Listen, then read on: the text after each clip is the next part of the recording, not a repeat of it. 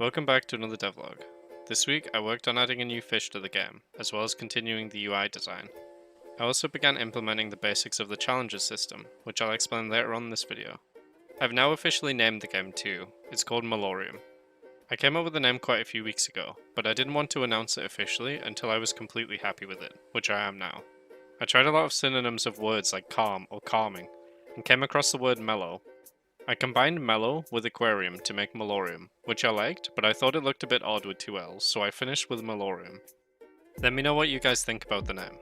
So I ended the last devlog with me modeling the Damselfish in Blender. Usually my process is to model, rig, and then animate the fish in Blender, then import it all into Unity together.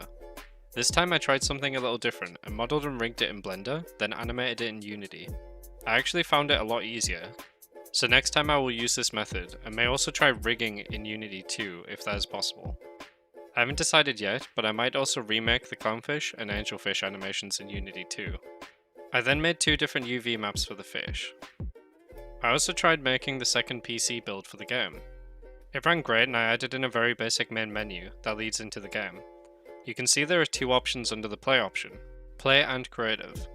I've started designing the game modes and want there to be a main mode, which will be relaxing, but allow you to complete challenges to unlock new decoration, plant life, fish, and critters, as well as more tanks and different tank types. You also need to earn coins to purchase those items from the shop once they are unlocked. The creative mode will allow you to freely build up your tanks, full of any items you've unlocked in the main mode. You'll have unlimited money, and you'll have access to unlimited tanks to customize however you want to. There will also be no requirements such as food for the fish and no algae generation, so you can freely use the game as a screensaver if you'd wanted to, without having to worry about any of the fish dying or becoming ill. You'll be able to just press a button and have your fish grow size, and the same with critters and plants. I hope I explained that well enough, but anyway, back to this week's progress. I updated the UI further to show more items in the shop and added in the Damselfish. I also added a settings menu, which pauses the game and adds this pop-up. Here you can change the in-game settings, like resolution and game quality. More options will be added later on. I then added challenges into the game. They're not fully implemented yet, but I think the design is pretty solid so far. There will be challenges for each category, such as fish, plants, critters, decorations, tanks, and other. You can toggle through the cat buttons at the top to see the different categories' challenges specifically, and you can scroll up and down to view all of them. Each challenge will have an icon and a claim button. Once you have completed a challenge, you'll get a pop-up within the game, just underneath the challenge window, that tells you which challenge you have completed. Then the button image will change on the challenge UI, which will indicate unclaimed challenges. You can then reopen the challenge window and press claim, which will then reward the player with research points that can be used to unlock new items or tanks, and will also upgrade the tier of the challenge.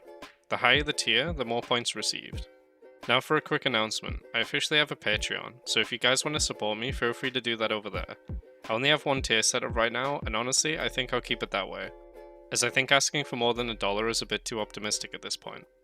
Viewing, liking, or commenting is more than enough support, but yeah, if you really do want to, you can support me on Patreon. I would greatly appreciate it. You'll get your name at the end of each devlog, as well as a unique role in my Discord, and early access to demo builds of the game later down the line. I've actually had a Patreon set up since the second week, but I didn't feel right advertising it. But a few members of my Discord asked if I had one, and then instantly joined. So thank you so much again to Tom and Vixel.